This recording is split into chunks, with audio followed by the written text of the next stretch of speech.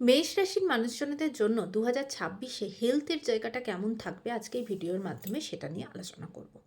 দেখুন, হেলথের জায়গাটা মেনলি আমি যেটা ব্যাপারে কথা বলবো সেটা হলো 5 নম্বর ঘর হচ্ছে আমাদের স্টোমাকের জায়গাটাকে দেখায়।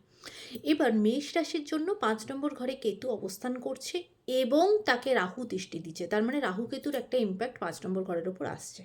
5 নম্বর ঘরে যখনই রাহু কেতুর একটা ইম্প্যাক্ট আসে, সবার প্রথম তো ভীষণভাবে অ্যাসিডিটি রিলেটেড প্রবলেম হওয়া, সেই অ্যাসিডিটিটা বেড়ে আলসারের দিকে এগোনো, এমনকি কোনো স্টোমাক রিলেটেড কোনো অপারেশনের একটা ইন্ডিকেশান বা হজমের বিভিন্ন রকম সমস্যা, এবং যারা হয়তো প্রেগনেন্সির দিকে এগোচ্ছেন তাদের ক্ষেত্রে এই ফেজটা, এই 2026 রাহু কেতুর যে ইম্প্যাক্ট 5 নম্বর ঘরে আছে সেই জায়গাটাতে প্রবলেম তৈরি হতে পারে।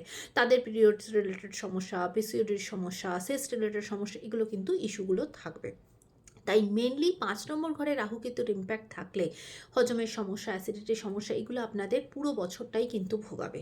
এবার যদি মেন্টাল হেলথের ব্যাপারে আমরা কথা বলি, দেখুন আমরা সবাই জানি মেষ রাশির জন্য সাড়ে সাতির প্রথম ফেজ চলছে। বিশেষ করে যাদের যাদের চন্দ্রের অবস্থান নেগেটিভ বা চন্দ্র একদম নিচস্থ বা চন্দ্র খুব উইক অবস্থায় আছে, তারা ভীষণভাবে কেয়ারফুল হবেন। কারণ সাড়ে সাতির যখন যে ফেজটা যখন চলে, ফার্স্ট ফেজ, সেকেন্ড ফেজ, এগুলো যখন চলে, চন্দ্রের ওপর প্রচণ্ড প্রেশার তৈরি হয়, তাই মেন্টাল প্রেশার বাড়বে। নিজেদের ভেতরে অ্যাংজাইটি তৈরি হবে, ভীষণভাবে বিরক্ত হয়ে যাওয়া, সব ব্যাপারে পাজলড হয়ে যাওয়া, খুব বেশি ওভারথিঙ্ক করা, এমনকি ডিপ্রেশন পর্যন্ত হতে পারে। তাই মেষ রাশির মানুষজনদের জন্য, বিশেষ করে যাদের চন্দ্র উইক, তাদের কিন্তু মেন্টাল হেলথের জায়গাতে কেয়ারফুল হতে হবে। নিজের ভেতরেই নিজের বিহেভিয়ারে চেঞ্জ হওয়া, নিজের ভেতরে ভীষণভাবে একটা সব ব্যাপারে পাজলড হয়ে যাওয়া, ছোট থেকে ছোট ব্যাপারে বিরক্ত হয়ে যাওয়া, এই জায়গাগুলো কিন্তু তৈরি হতে পারে। তাই সেই জায়গাতে অবশ্যই কেয়ারফুল হবেন।